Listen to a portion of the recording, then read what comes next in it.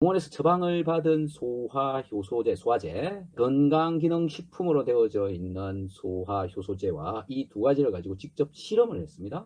실험을 했더니 여러분 소화제 많이 드셔 보았을 거라고도 생각합니다. 그런데 이런 소화제가 말입니다. 크게 두 가지가 있어요. 일반 의약품으로 약국에서 살 수 있는 게 있고요. 그 다음에 건강기능식품으로 먹을 수 있는 게 있고 그렇습니다. 대한민국의 대표 소화제, 이름만 들으면 아는 그 소화제.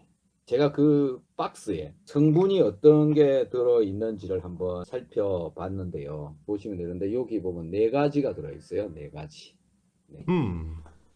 깜짝 놀랐습니다. 대한민국 대표 소화제라고 하는 그 소화제가 네 가지의 성분밖에 들어있지 않다. 그리고 이것은 과연 소화제로서 역할을 할 수 있는가, 이런 생각을 하게 되었습니다. 성분의 숫자만 보아도 소화에 얼마만큼 그 기능을 할 수 있는가 없는가 판가름이 나는데요. 병원에서 처방을 받은 소화효소제, 소화제와 건강기능식품으로 되어져 있는 소화효소제와 이 두 가지를 가지고 직접 실험을 했습니다. 실험을 했더니 녹이는 정도가 판이하게 다르더라. 별로 잘 녹지 않더라라는 겁니다. 그래서 오늘은 이 두 가지의 소화제에 관해서 얘기를 좀 해보려고 합니다. 제가 소화제를 먹으라고 하는 이유는 정말 소화가 극도로 잘 안 되시는 분들한테 드시는 게 좋겠습니다 라고 해서 제가 권유를 하고 있는데요. 첫 번째가 이제 이런 분들, 속쓰림이 굉장히 심하신 분들한테 드시라고 그러고 있어요. 네, 위장에 염증을 가지고 계시고 그 염증에 이물감, 즉 그 소화가 안 된 물질들이 거기를 건드리게 되거든요. 건드리게 되면 소화가 안 되는구나 이렇게 느낄 수가 있고요. 또 뭐 여러 가지로 스트레스 받고 거북할 수도 있죠. 주로 단백질 소화가 잘 안 되시는 분들한테 드시라고 권유를 합니다. 단백질류는 뭐 육류도 포함되고 식물성 단백질도 포함이 되고 다 해당이 되는데요. 그 다음에 이제 뭐 탄수화물, 밀가루 음식을 먹고 속이 쓰리신 분들이 많이 있거든요. 이 입에서 침 속에서 나오는 아밀라제라고 하는 효소가 잘 분비되지 않는 그런 분들로 저는 생각을 하고 있거든요. 그런 분들한테는 아밀라제가 들어있는 그런 효소를 공급을 하는 게 훨씬 더 좋다. 그 다음에 이제 가스가 심하게 차시는 분들한테도 드시라 이렇게 얘기를 하는데요. 가스가 심하게 찬다는 이야기는 제가 그 모세혈관 이야기 많이 하지 않습니까? 모세혈관이라 하면 이게 이쪽이 동맥혈관이고 이쪽이 정맥이라고 한다면 이쪽에서 모세혈관 동맥 혈액이 공급이 되어지고 다시 모세혈관 정맥을 통해서 이제 이렇게 가게 되잖아요. 그런데 이 모세혈관 속에서의 염증 또는 이 혈관의 바깥쪽 림프액 속에서도 염증, 이런 염증들이 일어나고 있으신 분들 많이 있거든요. 그런 분들은 소화가 안 되어졌을 때 이 모세혈관에서 염증을 일으키고 있는 거잖아요. 예를 들어서 뭐 얼굴 피부에 염증을 가지고 있다든지 몸에 어딘가에 염증을 가지고 있다든지 또는 이 배나 또는 뭐 손발이나 이렇게 많이 차갑다든지 또 이런 분들이 소화가 안 된 성분이 장을 통해서 흡수되어져 버렸을 때에 염증을 일으키는 거니까 그런 분들한테 이 소화효소제를 먹어라 이렇게 얘기를 하죠. 우리가 먹고 있는 많은 음식물들이 있는데요. 비타민이나 미네랄이나 이런 것들은 뭐 소화하고 크게 관련이 없으니 일단 뭐 탄수화물, 단백질, 지방, 그 다음에 식이섬유질 이런 것들은 물질의 구조가 또는 물질의 종류가 굉장히 다양하기 때문에 다양한 성분의 소화효소제가 필요하고요.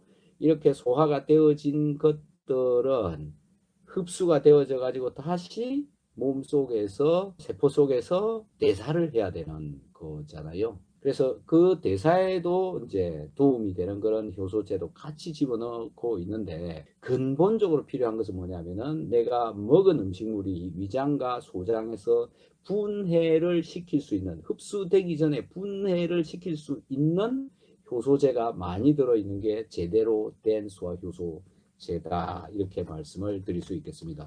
먹는 기간은 보통 1, 2개월 정도만 드시면 된다라는 거죠.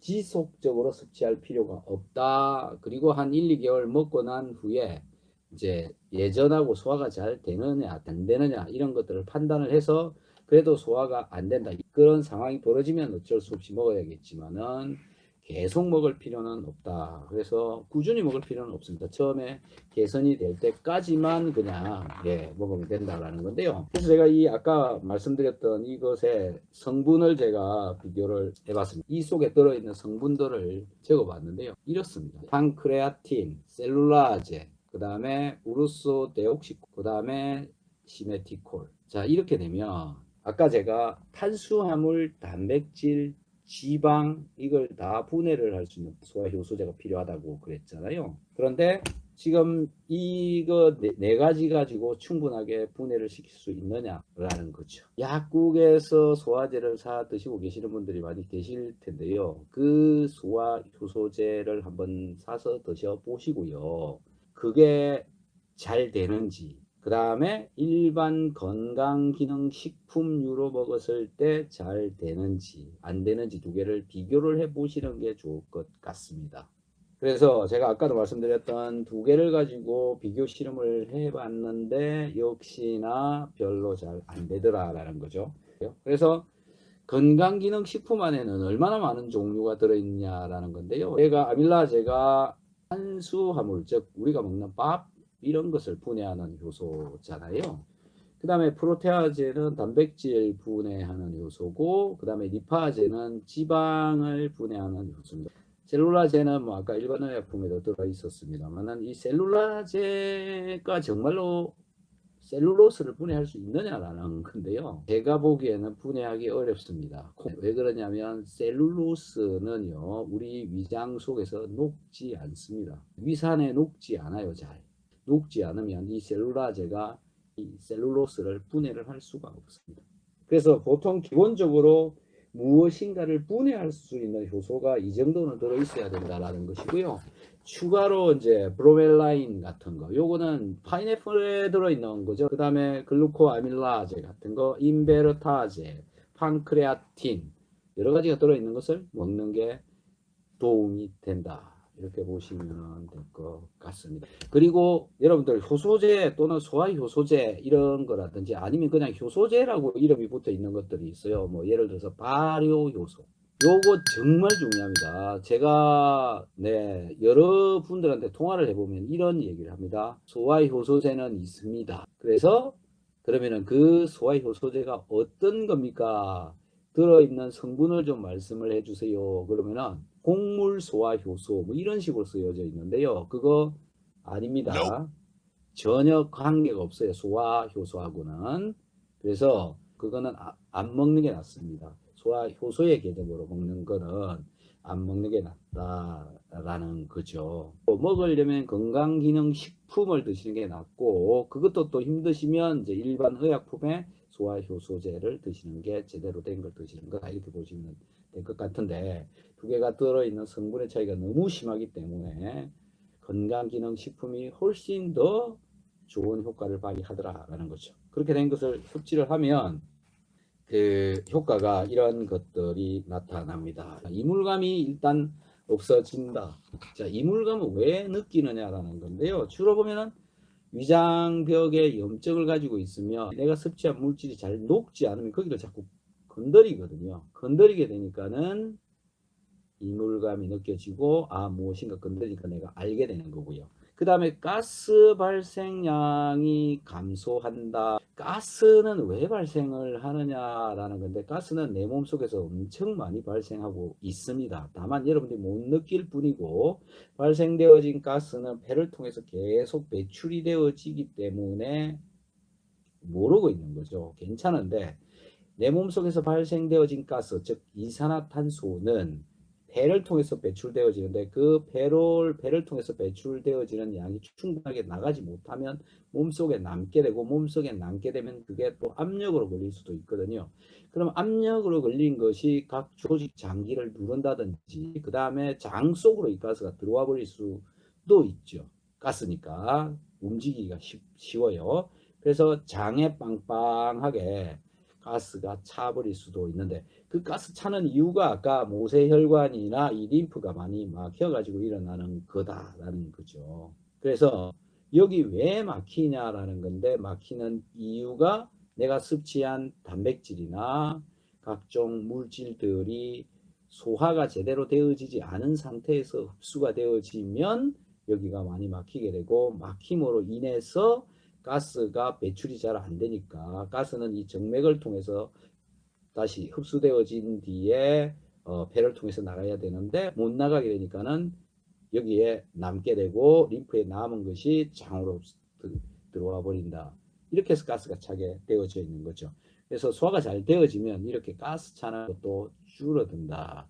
그래서 여러분들 중에 비타민C를 먹고 있을 때 가스 차는 현상하고요. 비타민C를 먹지 않고 있는데 가스가 차는 이유하고 두 가지가 원리가 좀 다릅니다. 차이가 있어요. 그래서 비타민C를 먹고 있을 때 가스 차는 거는 일단 괜찮은 거고요. 그건 이제 일종의 소통이 되어지고 세포대사가 촉진되어져서 발생하는 가스라고 보면 될 것 같고요. 비타민C를 먹고 있지 않은데 가스가 자꾸 차면은 그것은 모세혈관이나 림프가 뭔가 물질에 의해서 많이 막혀 있다고 보시면 될 것 같습니다. 그래서 가스 발생량이 감소하는 것을 알 수가 있고요. 또 이런 소화가 되어지지 않은 물질들이 장에서 혈관으로 흡수되어져 들어와 버리게 되면은 면역세포하고 반응을 해서 염증을 일으킬 수가 있죠. 그래서 각종 염증이 감소할 수 있다. 또 이런 문제로 인해서 가스 차고 염증, 산소 공급 이런 것들이 이유가 돼 가지고 두통, 머리가 아플 수가 있는 거죠. 그래서 심하게 두통이 일어나시는 분들은 가스, 염증 이런 것들이 관련되어져 있다. 결국은 소화 하나만 잘 돼도 두통이나 수면이나 이런 것들도 잘 될 수 있다라고 말씀을 드릴 수 있을 것 같아요. 어지럽거나 숨이 차거나 이런 것들도 발생하게 되는데 소화효소제를 먹게 되면 이런 부분들도 많이 해소되어질 수 있고요. 이런 게 되다 보니까는 이제 몸이 따뜻해지기도 하고요. 대사가 잘 되니까.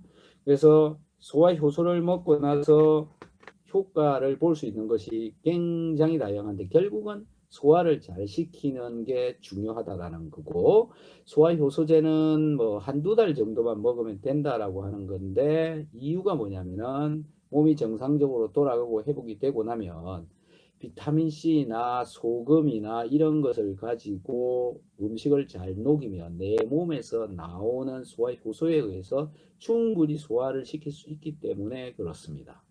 두세 달을 먹었는데도 잘 안 되고 끝까지 잘 안 되는 경우에는 몸에서 분비되어지는 소화효소가 문제가 있을 수 있고요.